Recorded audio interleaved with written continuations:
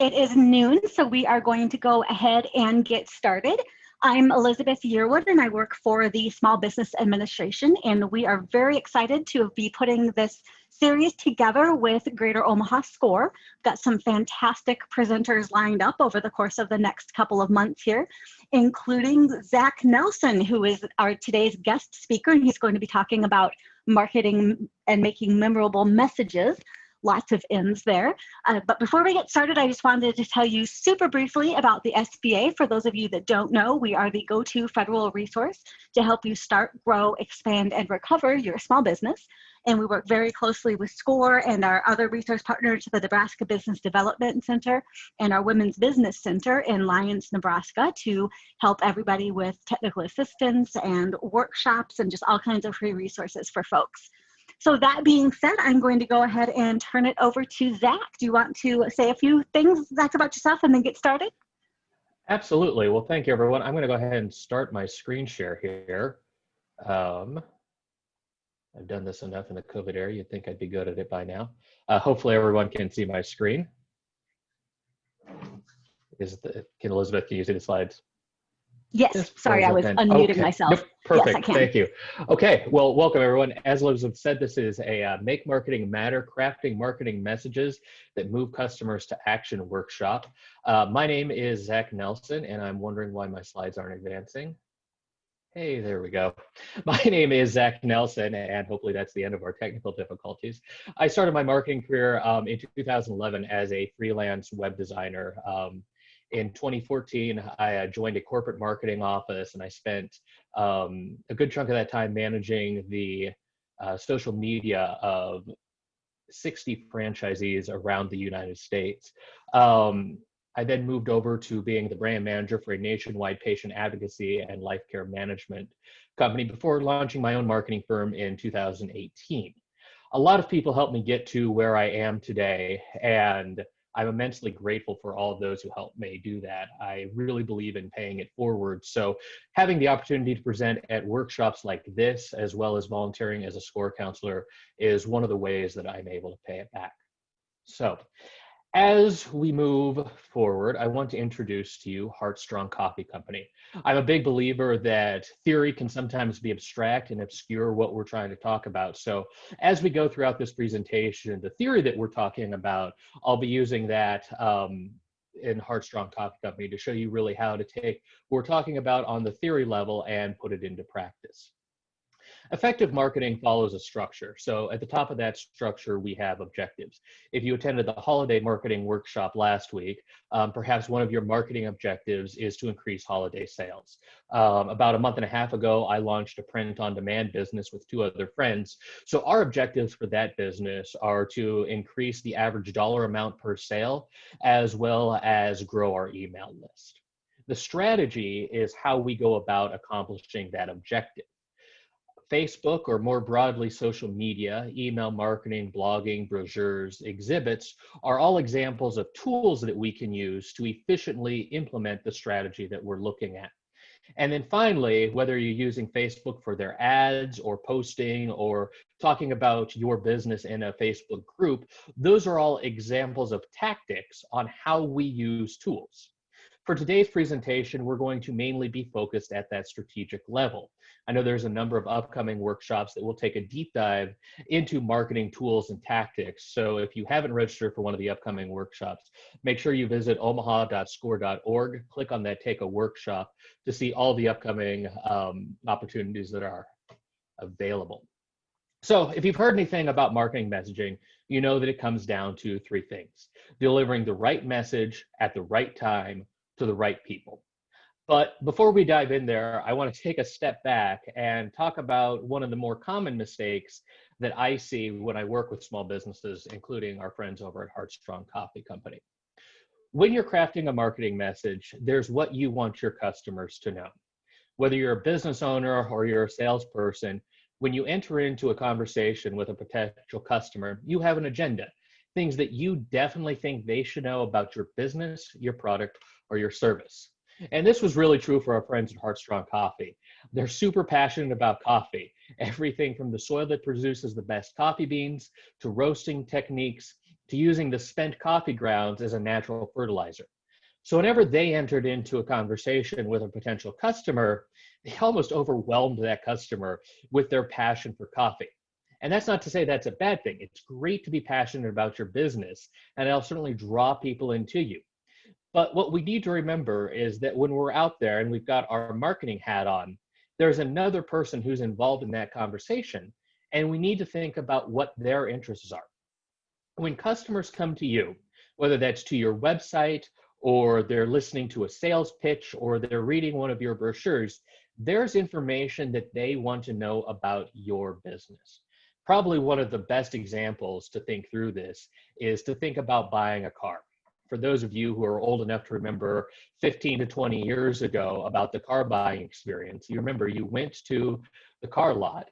Some sales guy came up to you and told you about the information he wanted you to know about that car, probably glossing over things that may not have been as attractive or that you wanted to know. So if you wanted to know something about the car that you were buying, you had to go out of your way to do the research. Contrast that with today's experience, where most customers start their car buying journey online. If they can't find the information they want on the dealer's website, they'll go to the manufacturer's website. If they don't think that they're getting an unbiased opinion from the manufacturer, they can go watch YouTube videos, read a number of different review websites, or participate in a conversation in a subreddit. In fact, for those of you who are in the retail space, 81% of your customers are starting their research online before making a purchase decision. GE Capital, who did this survey, also found that for those of you who are selling to other businesses, that B2B space, 85% of your customers are reaching out to you before they ever fill out a lead form. You're not in control of the sales process the way we used to be before the internet. So when you're creating your marketing messaging, we need to look for that overlap between what you as a business owner want customers to know and what your customers want you to know. This is the low-hanging fruit in marketing messaging. So if you haven't figured out where that overlap is, that's what you want to do today when we get done with that call, is really think about what do I as a business owner want to convey, and where does that overlap with what my customers want to know. So there are a few times, though, when that overlap doesn't exist and you really need to pull or create that overlap for you. I'll give an example. In my last corporate job, I was the brand marketing manager for a company that provided life care management and patient advocacy services. The overlap between the blue and green circles was almost non-existent. So as a brand, as a company, we had to work extra hard to educate our customers on why they would want to use our services. Excuse me. 5 years ago, patient advocacy and life care management were not popular customer terms, but all the evidence-based research out there concluded that having a patient advocate and taking a holistic approach to care management led to better overall health outcomes and lower out-of-pocket expenses, as well as lower insurance costs. So we had a great product. We just had to create that overlap for our clients, and we did that through education and a number of marketing messages. But because that low-hanging fruit wasn't abundant for us, it became all the more important for us to make sure that our marketing messaging was reaching the right customers at the right time with the right message. So let's talk about how we find those right people as we go through our marketing messaging. First, our target personas. These are by far the most effective tool that you have when it comes to defining your office. Now, you may have heard these called sales personas or marketing personas. I like to use the term target persona because that is the recipient of the target message. The people who will ultimately be making the buying decisions may not be the ones who hear your marketing message initially. For those of you who are working in that B2B or you're selling your services or products to other businesses, that B2B space, this is really particularly true for you. Oftentimes, the person who is the initial recipient of your marketing message is not the person who ultimately makes the buying decision. What's also important to know is that personas are fictional representations of your actual customers. The best way to think about a persona is to look at your existing customers and then put them into buckets with similar characteristics. Most businesses who create personas will have between 3 and 5 different personas. If you have less than 3, your personas are probably too general. And if you have more than 5, your personas need to be a bit more general. If you're just starting out or you don't have a large customer base to draw data from to create your marketing personas, then think about your ideal customers or look at your competitors and think about who their customers are and then create your personas around that. Before we look at Heartstrong Coffee Company's personas, I want to cover the 3 main areas that you want to have on your personas before we jump into those examples. So first, you want to look at demographics, and you want to keep your demographics at a fairly high level, but relevant to helping you as you create content. And we're going to circle back to this later in the presentation. You want to talk about pain points. Now, your customers are obviously going to have a lot of pain points throughout their day, but you want to keep this section focused on pain points as it relates to your core business or pain points that are directly adjacent to what your business does. And we'll see examples of this as we go through the presentation. Finally, you want to have a section that describes desires, right? This is the outcomes section where you're talking to your audience about outcomes that they want. Now, it's important to have this desires or this outcomes section that doesn't necessarily mention your product or service. So again, let's take a look at this because sometimes I think the theory can be a little more abstract, but when you see it in practice, it starts to make sense. So Heartstrong Coffee has 3 different personas that they target for their marketing messaging. The first persona is Meetings Matt. And in our pre-COVID world, I definitely fell into this category. I was at coffee shops all the time. In fact, I was at a few coffee shops so frequently, I knew the other consultants who were also conducting their meetings and working from there. Usually when I looked around the coffee shop during the day, more than half of the folks in there fell into this Meetings Matt persona. So Meetings Matt tends to be in their late 30s or mid 30s to late 40s, professional career with an income of about $55,000. And that income, especially if you're in a place where you're relying on people to have disposable income, it's important to know kind of where that is so you can target your messaging appropriately. In terms of pain points, Meetings Matt persona, so the people who fit into that, struggle with work-life balance, feel overextended, or maybe have trouble finding time to concentrate. The desired outcomes would be career advancement, being viewed as trendy, and having more free time. And you're thinking, how does this relate to coffee? I promise we'll catch up there a little bit later in the presentation. Social Sally, this is another place that Heartstrong Coffee really wanted to grow their base. Folks in the Social Sally persona tend to be retirees, late 50s to mid 60s. They're financially comfortable, so they have money to spend on those more expensive coffee drinks. Social Sally is tech challenged, sometimes has difficulty hearing and hates finding parking. So for Heartstrong Coffee, right, we wanted to talk about how easy it was to connect to the Wi-Fi. The acoustics in the place were good, so you could have conversations with friends, and there's a parking garage conveniently located right across the street. And then finally, the desires were staying out, connected with friends, trying new things, and being involved in her neighborhood. So as Heartstrong puts together its marketing plans, those are all things we can talk to. And finally, we started working with Heartstrong Coffee. They really wanted to increase the number of corporate accounts they had.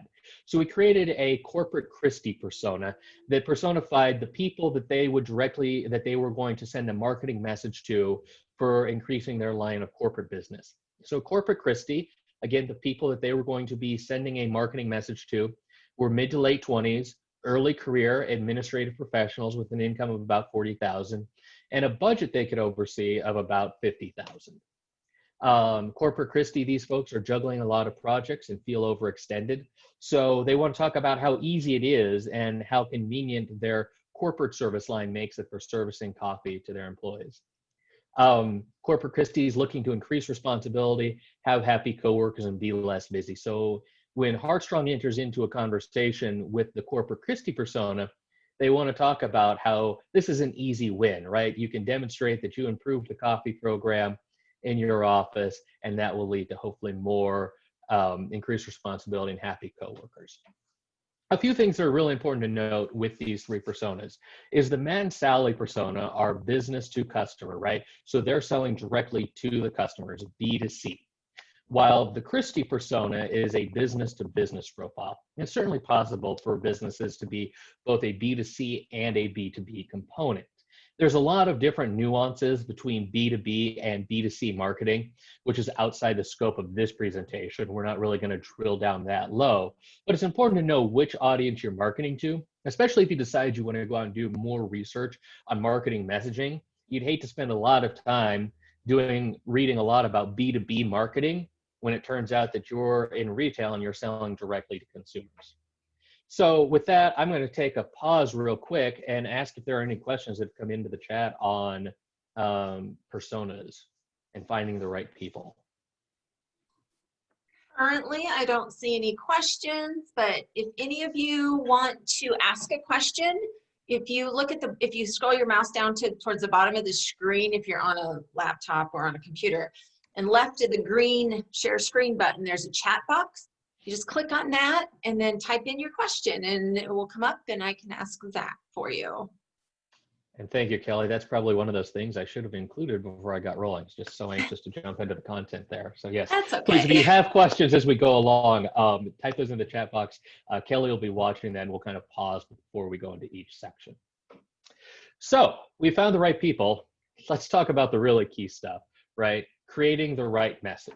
So personas help us make sure that we're talking to the right people and that we're staying focused, because one of the challenges is when you try to talk to everybody, you end up talking to nobody.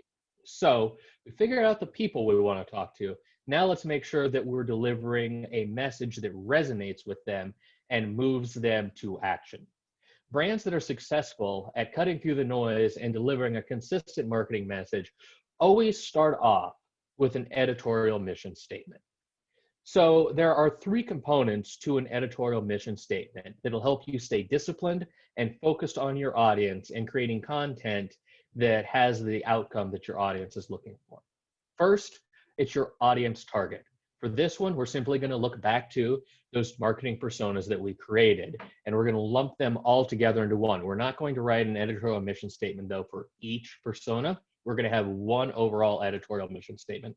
And again, we're going to look at a few examples here. So if this doesn't make sense just yet, we're going to take a look at a few examples. Next, you want to look at what is being delivered. So when you create a marketing message, what are you delivering to address a pain point or provide a solution?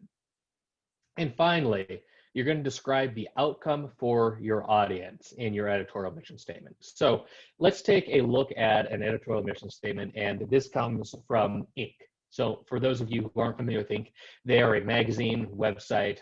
They have a lot of in-person events too, as well as webinars. I've been to a lot of Inc. stuff, and their editorial mission statement really is behind everything they do. So it says, "Welcome to Inc., the place where entrepreneurs, business owners can find useful information, advice, insights, resources, and inspiration for running and growing their business." So let's look at this piece by piece, right? The audience target is going to be entrepreneurs and business owners. So they know who they're speaking to. What are they going to deliver? They're going to be delivering useful information, advice, insights, and resources. So anytime they go to create a piece of content, whether it is an in-person event, a webinar, a social media post, a brochure, or something for their magazine, it's going to be useful advice, insights, and resources. And the outcome for their audience is going to be the inspiration for running and growing their business. Let's look at Heartstrong Coffee's editorial mission statement. At Heartstrong Coffee, we are dedicated to helping our customers be strong in body, mind, and spirit. We strive to help you achieve your personal best every day. Now, the one thing you'll probably notice with Heartstrong's editorial mission statement is that they don't really define their audience other than our customers.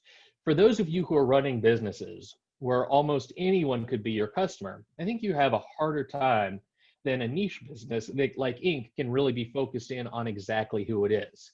In my last corporate job, where we had the patient advocacy company, we had a really specific target audience who had really specific needs we could address. My marketing firm has a very specific audience target. Attorneys have specific audience targets. Coffee companies, if you like coffee or caffeine, you probably are a customer of you could be a customer of Heartstrong. Let's look at another way that this got navigated. So this is Procter & Gamble. These are the folks who make Tide, Bounty, Charmin, Pampers, all sorts of everyday consumer products. But even they ground their marketing efforts with an editorial mission statement. And it reads, whether it's a delicious recipe, an inspiring decor idea, or a refreshing approach to organizing, we strive to help you create a home that's truly yours. Everything we do here is designed to empower and inspire you to make your home even better, and most importantly, a place you love to be. So again, their audience target is simply you, but they have very clearly defined what they're delivering, design empowered, and the outcome is going to be inspiration. So I would say this, if you're running a business that has really broad appeal, when you're writing your editorial mission statement, don't get stuck on pinning down your audience. It's really more important, especially in your marketing efforts, to stay focused on what your content's going to do and what outcome that is going to create for your audience. So the editorial mission statement is the underpinning of your content. But when we look to actually creating the content, it's important to have a purpose for that content. So when we think about content or communication strategy, we need to think about this both at the macro level and at the micro level. So at the macro level, we're always going to take our marketing activities and we're going to tie them back to our core business objectives, right? So as I said in the beginning, with the print-on-demand business, I just recently started with some friends. Our core business objectives are increase the dollar amount per cart and grow our email list. So think back, what objectives are you trying to accomplish with your marketing? And then you're thinking about where people are on their buyer journey and how you relate to that. At the micro level, we're focusing on each individual action or touch point along that buyer journey. So this could be a social media post, your website, a brochure, a radio ad, anything like that, those specific things. So this is where we really focus on what is the purpose of that content. It could be to inform. Informational posts do just that. They inform your audience, they give them useful information.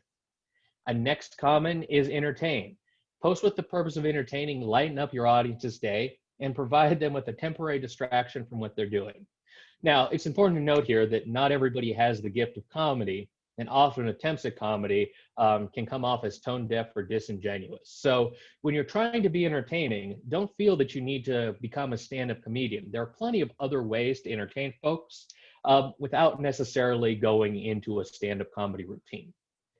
Another very common type of pose or type of information to put out there is inspire. Creating content with the purpose of inspiring your audience, getting them to think bigger, be better than they currently are, or think about their future. Think back to Procter & Gamble's editorial mission statement. It said in there, inspire you to make your home even better, and more importantly, a place you love to breathe. If the brand that brings you laundry detergent, diapers, paper towels can figure out how to be inspirational in their marketing, I'm pretty sure that just about everybody can. Finally, and most importantly, having the purpose of action, right? There are times that we clearly want people to do something. We want to make a sale. We want them to sign up for our email marketing. We want them to join our Facebook group, right? We want them to come into our store and redeem a coupon. The purpose of action it uses action words to get people to come and do something, to take an action. So I've had some folks comment that these are really great for social media posts, but they don't necessarily translate into broader marketing efforts. I'd say that's not true. Let me give you two examples of how we use this in offline marketing. So my last corporate job, again, the patient advocacy company, we went to the nation's largest conference for estate planners, financial planners, and elder law attorneys. If you're familiar with the motivational poster format, right? It's got a nice inspirational picture and then a little saying under it. I did something similar. We created motivational posters that we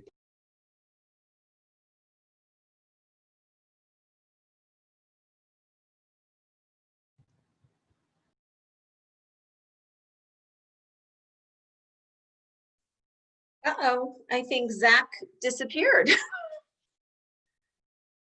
So he was concerned about his Wi-Fi. I'm sure he'll be back shortly.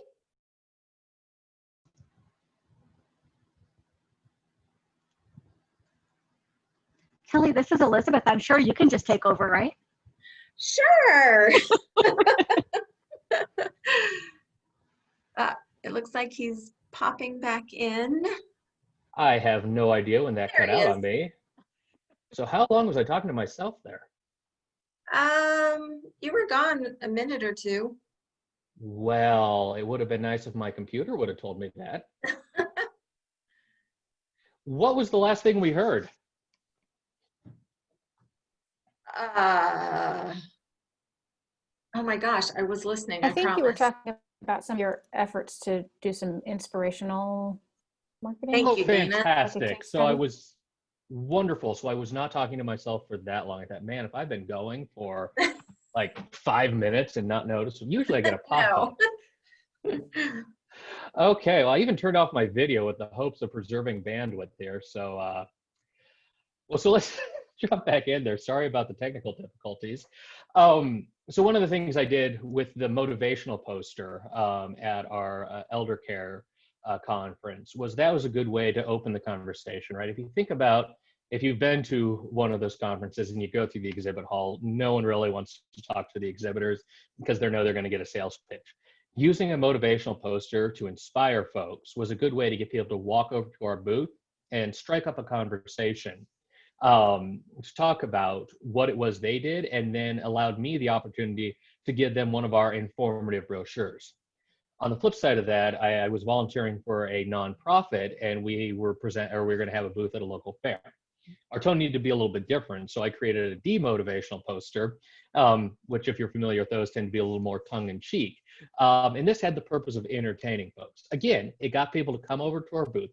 On the back side of our demotivational poster, we'd broken it up into 2 panels, one that was informative, and then one that had the call to action with what we wanted folks to do. So there are ways that you can use posting with a purpose beyond just what you're doing on your social media marketing. So I'd really say, anytime you sit down to create a brochure, a flyer, a radio ad, stop and think through, what is the purpose behind this communication I'm going to have? When there's purpose to your communication, you'll find it's much more effective. So we can't ever have a conversation about marketing messaging without the question coming up of, how do I create a memorable message? And I grabbed this from Sam Horn's book called Pop, and I will have a slide at the end of the presentation during the questions that's going to have a number of different resources that I use both when I cited information for this, as well as could really help you if you want to learn more about marketing messaging. But we'll look through Sam's book Pop on how to make a memorable message. The first thing he says you need to do is be purposeful, right? Connect to your audience by being purposeful. Quickly communicate what you want your audience to know and how it positively impacts them. Next, you want to be original. Sam says that people are always yearning for something fresh, but even if you're not doing something new, it's still possible to come off as original. A lot of times, this question comes up with clients when we're talking about curating social media posts, right?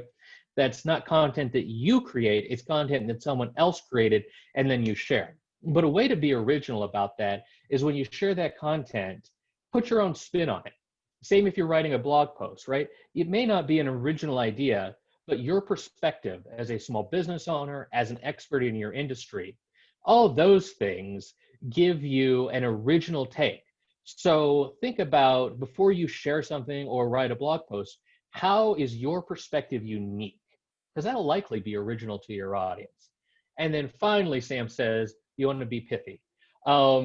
In essence, studies have shown that humans can really only hold about 7 bits of information in their mind at one time. That's not a lot. That's about 7 words.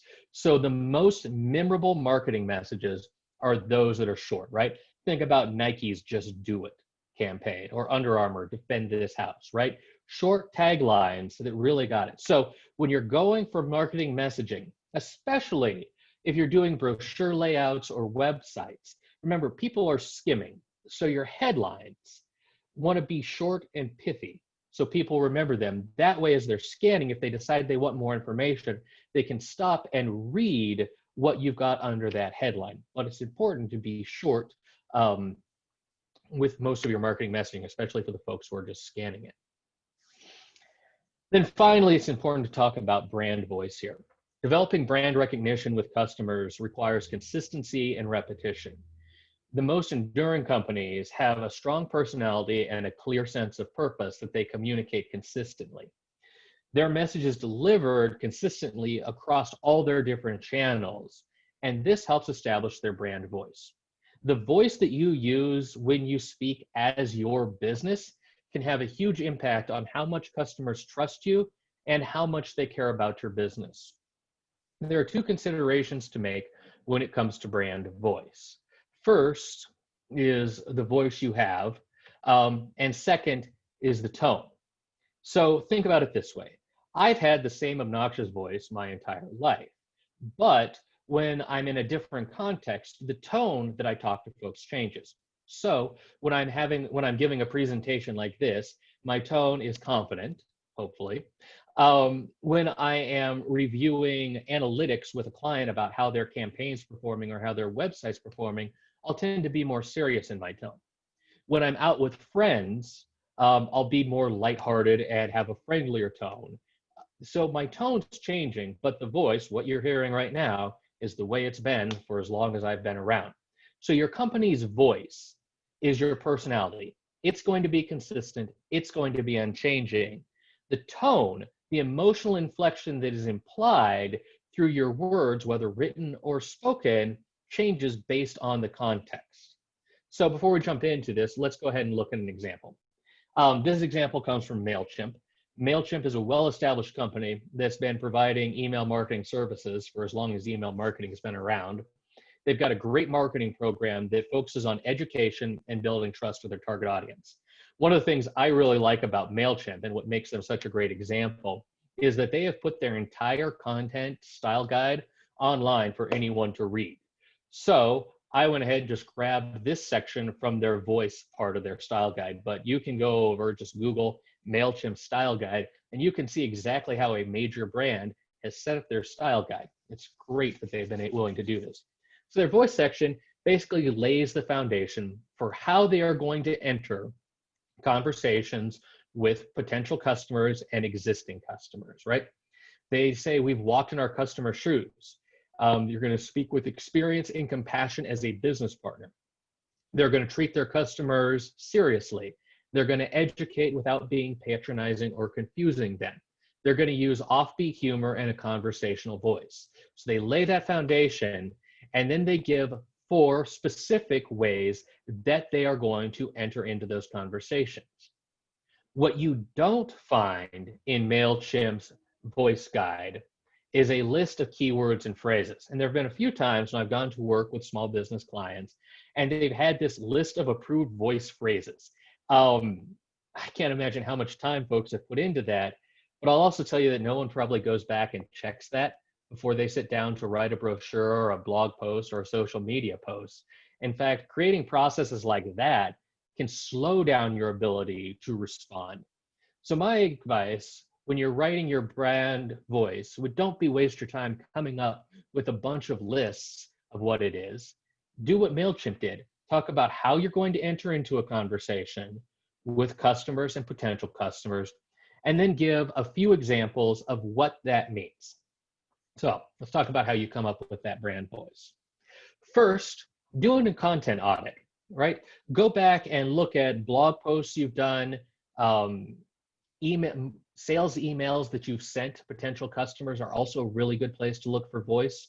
Brochures, website content, all of those things have your voice in them. When you're doing this existing content audit, look for common themes and consistencies. Now, most small businesses tend to take on the voice and tone of their owner naturally. So if you haven't actually sat down and defined what your brand voice is, and you're here sitting thinking, oh my gosh, I'm probably all over the place, chances are that's not true. Chances are that your small business has the same brand voice that you have and has also adopted your personality. So you probably have got a lot more work done in this area than you think. And doing that content audit will get you a lot closer to having your voice guides written out than you think. Once you've done that audit, sit down and think about those target personas we created.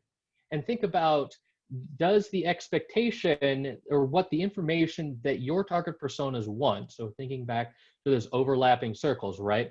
The information that your target personas want, what tone, what voice is going to resonate with them, and then match that up against what you found and make minor adjustments as necessary, right? think about your target personas and what type of a brand voice will invoke the response that you want to get from them. Remember, MailChimp uses dry humor and a bit of irreverence when they're talking with theirs. That may not work for your target audience, or it may work perfectly. Finally, if you hit a roadblock and you're trying to figure out, well, how do I really put this into words in a guide that I can use, do a this, not that exercise. So when I did this exercise with Heartstrong Coffee, what we came up with was, we're funny, but not sarcastic. We're friendly, but not sappy. We're knowledgeable, but we're not too serious, right? That then can help you guide your brand voice. Finally, it's really important to remember that developing a brand voice is not a one-time effort. It should be reviewed and refined at certain times, maybe once a year, or if you're doing a major overhaul of what your marketing looks like, or during major events. COVID was certainly a reason for a lot of companies to go back and examine their brand voice, because we all needed to get more serious for a while. And sometimes that irreverent messaging just didn't work for the gravity of the times. What the brand voice sounds good today may not still sound good in a year, 2 or 3 years from now. So it's important to always be evolving your brand voice. If you're a small business owner, I know that making this investment in sitting down and documenting what your brand voice is can seem unnecessary, especially if your brand voice just adopts your voice and your personality as the small business owner. But I will tell you that this is really a worthwhile exercise for 2 main reasons. First, having that document to look back to, even if you don't do it every single time you create a piece of content, you just look back at it once a month and say, how consistently am I staying on voice? You'll find that that's a good anchor, and over time, you'll get better at being consistent. And we know the consistent messages, consistent voice, that breaks through the clutter and helps people remember your brand. Next, as your business grows, it's likely that you'll hand off the content creation to somebody else. A lot of my clients, their receptionist or their front desk person is also in charge of writing the blog posts and putting the social media out there. So you'll have guidelines that you've already written out that you can hand to them, and they can get up and running right away. As a marketing consultant, I really like working with small businesses who define this voice, because it makes it easier for me to come in, start creating content for them right out of the gate, and know that I'm being faithful to the voice that they've been using for the last however many years as part of their brand. So before we jump into timing, I'll just take a pause here, make sure I'm still connected, and ask Kelly if there are any questions that have come up. You are still connected, and there's a couple. We have one in regards to the personas. Says, how are those personas and their characteristics known/discovered, or are they more ideals? So it really depends on where you are in your business. If you are in the startup phase, they're more ideals. If you've been operating your business for a while, I would say look back. If you have a CRM, fantastic. If your CRM is an Excel sheet, that's a good start. And a lot of times point of sale systems may capture some basic demographics information, but you can also go back and data mine. So like I said, we just started a print on demand business. So we've got some basic demographic data. We kind of know how old folks are, gender, what part of the United States they purchased from us, because obviously we're shipping to them. And we can use that to kind of start to flesh out these personas. The example I gave about Heartstrong Coffee, right, they're very much in that B2C area. So they wanted to grow that corporate line of services. So at that point in time, it became more of an ideal. We sat down and thought, okay, who is going to be coming to Heartstrong to like change their coffee program in their office place, right? And we knew it wasn't the CEO writing a message for the CEO. He's not dealing with the coffee. We knew there was probably going to be an administrative assistant. So we created a target persona around what we thought that person would look like. And as we did our marketing, we just refined that persona. Again, kind of like your brand voice, these shouldn't be static. So if you've got data, great. Use it, look for those commonalities, think about kind of the sales cycle and how people move through it and cluster them around that sales process. And if you don't, think about the ideals or go look at information your competitors might have. The other place to go look is if you don't have personas, is if there are associations. A lot of times, like the National Retail Association will publish studies and demographics, so you can use that also to get a head start. All right. And then are the attendees going to get a printout sent to their emails with the slideshow after the session? I don't know. That's probably a question for Elizabeth. I can certainly provide a PDF with my speaker notes. Okay, if you email that to me, then I can email it out to everybody, Zach. Okay, perfect. I'll get that to you, Kelly. All right, and then here's one. I have a client who sells high-end jewelry. I would like to target to higher income personas, but I'm hesitate to include income in my targeting. Facebook in the parentheses. Do most people volunteer that information? No, most people don't. So I've got a client, they just launched luxury apartments like within the last 2 months. So obviously luxury apartments means that, we need people with more disposable income to be able to afford that. If you do Facebook, I'm not sure about Facebook ads. I haven't done those in a while. Google ads, you can certainly target for income ranges, not necessarily in the housing for discrimination purposes. But a lot of times your big ad networks, Facebook, Microsoft ads, Google ads, Microsoft advertising, I believe Facebook used to allow you to target based on income levels. Again, if you've got high-end jewelry items for a client, right, you want to make sure that you're going after people who have the disposable income to afford that. And a lot of that data is actually going to be inferred data that the ad networks have. Okay. All right, that's it for the questions so far. Okay, very good. Good questions. Thanks, everyone. So let's talk about kind of the final and most challenging thing for most marketers and even small business owners is delivering that message at the right time. I've been fortunate enough to get to go out to Google twice in my marketing career and hear directly from Google's marketing and search teams. And what Google will tell you is that timing is everything. And especially with their advertising platform, they really have created a set of tools to help you anticipate, to help marketers anticipate when folks are going to want something. So I just mentioned that we've got one of my clients is an apartment complex. They just built high-end luxury apartments. Google knows, based on kind of your search history, whether or not you're in the market for an apartment. So we can create an affinity group that basically says we really want to increase our advertising spend for folks that Google believes are in the market for apartments. So I've got my base spend, and then I increase my percentage for that affinity category, which is a whole different topic for Google Ads. But that right time thing can be certainly powerful when you put that message in there tongue tie here. Timing it can really be the difference between having a successful marketing campaign or one that doesn't deliver the return on investment that you're hoping for. So let's look at kind of two key things for messaging at the right time. The first one is customer mindset. And then the next one is delivering content based on the buyer's journey. So first, let's go ahead and talk about that customer mindset.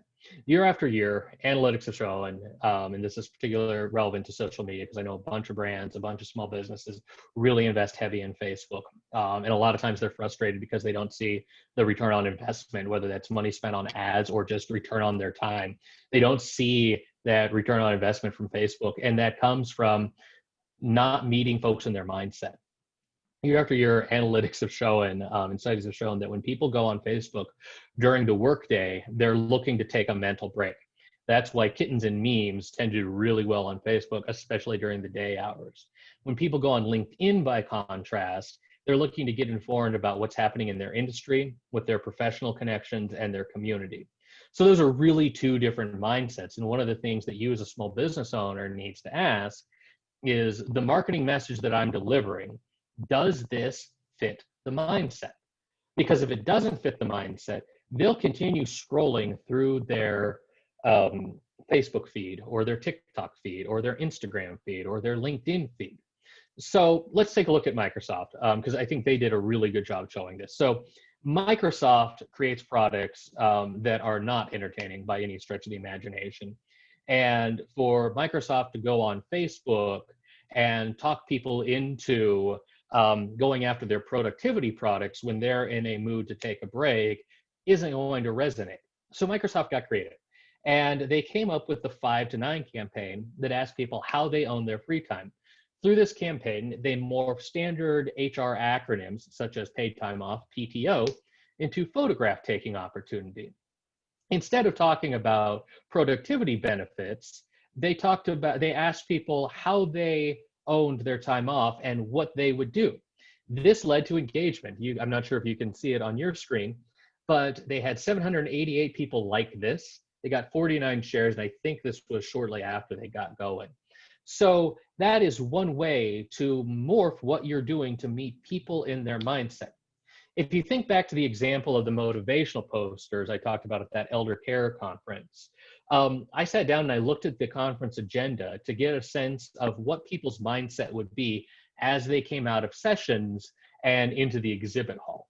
And I tried to then create a motivational poster that would catch folks in their mindset, and it worked for the most part. People saw it, they came over, and they were willing to strike up a conversation with us. Next, there's delivering content during the buyer's journey. So I'm sure everybody is familiar with the stages of the buyer's journey, right? Perhaps you've called this a sales funnel or a marketing funnel. But this tool becomes really powerful when we couple it with the personas that we created. So let's take a look at Heartstrong Coffee and look at how they use those personas to match them up with the buyer's journey. So Heartstrong Coffee creates marketing messages. First, they look at the personas. They consider where an individual might be in their buyer journey. And then from there, they create specific pieces of content to meet those informational needs and expectations. So if we think back to those overlapping circles, right, and we're now very much thinking about that green customer circle. So to attract Matt and Sally are B2C profiles, right? The customers that sell directly to the businesses. Heartstrong wants to create a message that speaks to their desires. Matt wants to be seen as trendy, so Heartstrong Coffee is a great trendy place to have meetings. Sally wants to stay connected with friends and try new things, so Heartstrong creates marketing messages that use images to show people spending time with their friends and talk about how their menu is always changing to bring in new items to try. To address pain points for our B2C personas, Heartstrong Coffee can talk about Matt having a little bit of personal time in between his meetings to help him restore his work-life balance. For Heartstrong Coffee, that pain point about Sally having a hard time hearing, they can talk about good acoustics so she can easily carry on a conversation with her friends. Finally, Christy is our B2B client. So the informative content that Heartstrong is going to create for her is going to be a little bit different because she is not necessarily the person who can make the buying decision, but she's the person who can go advocate to whoever has that financial power to make that decision. So in a case of a B2B marketing, as you're going through the marketing steps here, you'd want to give the person who's doing the research the information so they can go back to the person who is the decision maker and provide them with the relative information, right? So think of it as you're arming them with talking points. So there you have it. We have covered the 3 components of impactful marketing messaging. And I know that was a ton of content to take in the last 50 minutes. So let's go through how to create an action plan here real quick.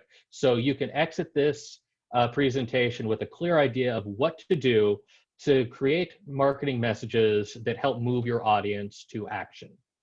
First, if you haven't already created target personas, take a minute to go through and create those. And again, 5 years ago, there wasn't a ton of content online about creating target personas for small businesses.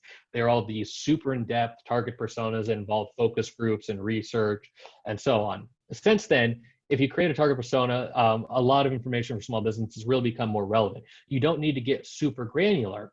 Just keep it focused on what their pain points are, what their desired outcomes are, so that you can be creating content at each step of the process, of that sales process or the marketing process, like we covered in the funnels.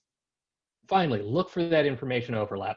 Like I said at the beginning of the presentation, that overlap, that's the low-hanging fruit for your marketing messaging. What do you want customers to know? What do customers want to know? Where that overlays, start really amplifying the marketing messages you've got in that space.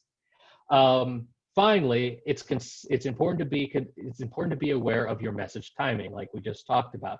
So think through, where are customers on their buying stage, and do I have content that speaks to them in that particular part of the buyer journey? Think about also, does this message meet them in their mindset? If you don't have content that does that, then think about adjusting it. And chances are you've already got content. You've got brochures, you've got blog posts, you're making social media posts. So think through that with the existing content you've got. And then finally, it's time to go draft your content. So get out there, tweak what you already have to make it more relevant, and create your content using these examples. So as I promised, here are the 3 books that really informed this presentation, along with Think with Google and the American Marketing Association. I would say that if you are not subscribed to the Think with Google newsletter, that is probably one other action item you want to take away from this. Some of the most insightful information I've got as a marketer that has really helped me deliver value to my clients comes from this Think with Google. They give examples of what the big companies are doing, and I think they do a really nice job breaking it down so small businesses can also take advantage of some of those same strategies and tactics. Of course, what's not on here is the SCORE website. The SCORE website not only has a bunch of great resources, but they've got great tools and worksheets that you can fill out. So if you haven't had a chance, make sure to visit score.org and look through their marketing section. With that, we've got 9 minutes remaining. I'll take whatever questions you've got. Okay, so there is a question. I am building my online platform as a trainer/coach. I'm trying to figure out price points. I see many viewpoints. Don't start too low, but if you're too high, people won't purchase. Can you suggest? Yeah, pricing is always a challenge. I struggle with that with my own business too, especially when you don't have like something that has fixed costs or margins.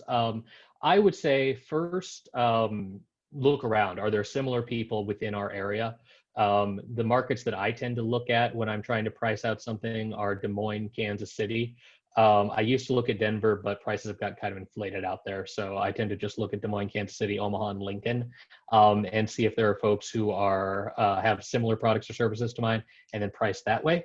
Other than that, you know, I always try experimentation, right? You know, start a price here, and if you've got a lot of interest, then kind of creep it up a little bit. If you're doing, and I don't know exactly kind of what the format for this is, you know, Udemy is a place where you can go buy courses online. You know, no one ever pays full price at Udemy. They're always on sale for like 90% off or something because it's more favorable to the creators. But that might give you an idea of what people are pricing at when they create content. I would say before you necessarily go do that though, read the price structure that Udemy has, because like as a content creator, you get a certain percent, but if you do their sale, you get a different percent. So just be really aware of that. If you use one of those online platforms as kind of a way to start your pricing, that shouldn't be the end all of it. I'd look for folks who are doing something similar to you in the Midwest and then go from there. Sorry, that's not the most specific answer, but it's just trial and error. I mean, I feel you. As a marketing consultant, I don't have anything that's like tangible, right? The fixed cost is my time and energy. So figuring out how to price was a challenge. I just kind of played around. I also asked some folks, what would you be willing to pay for this? Here's my marketing leadership service. What would you be willing to pay for it? And got some feedback. You could use Google surveys. That's part of the Google marketing platform. They're relatively cheap to run. You could just say, you know, here's the service. How much would you be willing to pay for it? If you poll all of Nebraska, 800 people, $120. I just did that for a different client to kind of do some market testing. So Google surveys would be a source if you kind of want to do a bit more definitive research. It's relatively cheap to do that. So hopefully that's enough. Sorry, I can't be kind of more specific with it. Okay, anybody else have any other questions? Go ahead and throw them in there in the chat box. If not, I've got like 5 minutes to go eat lunch now. you're good to go then.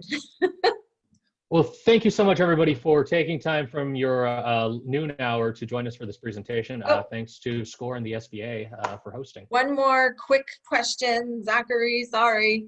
Oh, no, we're good. Instagram, Facebook, LinkedIn, etc. all obviously have very different audience mentalities. If we are strapped for resources and can only create for our ideal platform, for example, Instagram, should we still post same info on other platforms, even if not catered to it? Ooh, good question. So you ask 100 marketers and you'll get 100 different answers to this question. So I am going to give you Zach's answer with a disclaimer that, you know, other people probably have another take on this.